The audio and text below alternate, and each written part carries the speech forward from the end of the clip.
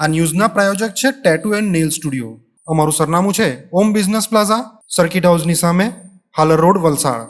અને પ્રીત estate agency. Flat, બંગલો, plot, વાડી, farm house, factory તેમજ ઓફિસના લે વેચ માટે અથવા ભાડા માટે સંપર્ક કરો.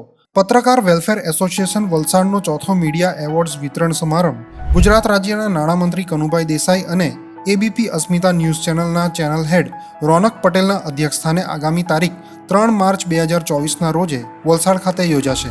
જુદી જુદી સેવાકીય પ્રવૃત્તિ કરતા વલસાડના પત્રકારોના પોતાના સંગઠન એવા પત્રકાર વેલફેર એસોસિએશન વલસાડ દ્વારા છેલ્લા 3 વર્ષથી મીડિયા એવોર્ડ્સ વિતરણ સમારંભ યોજવામાં આવે છે.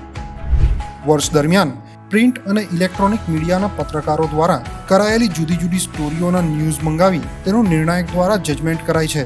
આ સ્ટોરીઓમાં વિજેતા બનેલા મીડિયાકર્મીઓને એવોર્ડ વિતરણ સમારંભમાં મહાનુભાવોના હસ્તે એવોર્ડ આપવામાં આવે છે.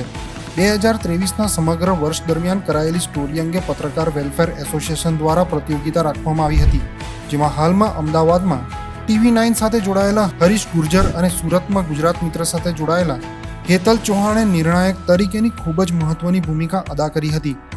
Positive, human, investigative, impact, soft, photo સહિતની જુદી જુદી સ્ટોરીઓમાં મીડિયાકર્મીઓ દ્વારા મોકલાવાયેલી સ્ટોરીઓ અંગેનો નિર્ણય આવી જતા આગામી તારીખ 3 માર્ચ 2024ના રવિવારે સવારે 11 કલાકે ગુજરાત રાજ્યના નાણામંત્રી કનુભાઈ દેસાઈ અને એબીપી અસ્મિતા ન્યૂઝ ચેનલના ચેનલ હેડ રોનક પટેલના અધ્યક્ષસ્થાને આ સમારંભ રાખવામાં આવ્યો છે. વલસાડના તિથલ રોડ સ્થિત એમ સ્ક્વેર મોલમાં આવેલા પરિવાર બેન્ક્વેટ હોલમાં યોજાનારા આ કાર્યક્રમમાં વલસાડ જિલ્લા કલેક્ટર આયુષ ઓક, જિલ્લા પોલીસ વડા ડોક્ટર કરણરાજ વાઘેલા, વલસાડ જિલ્લાના સાંસદ ડોક્ટર કેસી પટેલ, વલસાડ જિલ્લા ભાજપ પ્રમુખ હેમંત કંસારા, વલસાડ ધારાસભ્ય ભરતભાઈ પટેલ, પૂર્વ વલસાડ નગરપાલિકા પ્રમુખ સોનલબેન સોલંકી જૈન સહિતના અનેક અગ્રણીઓ, સામાજિક સંસ્થાના કાર્યકરો હાજર રહેશે.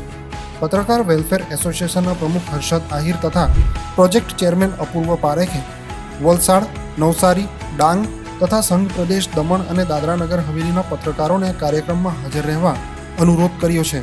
આ કાર્યક્રમને સફળ બનાવવા માટે એસોસિએશનની સમગ્ર ટીમ ખૂબ જ મહેનત કરી રહી છે.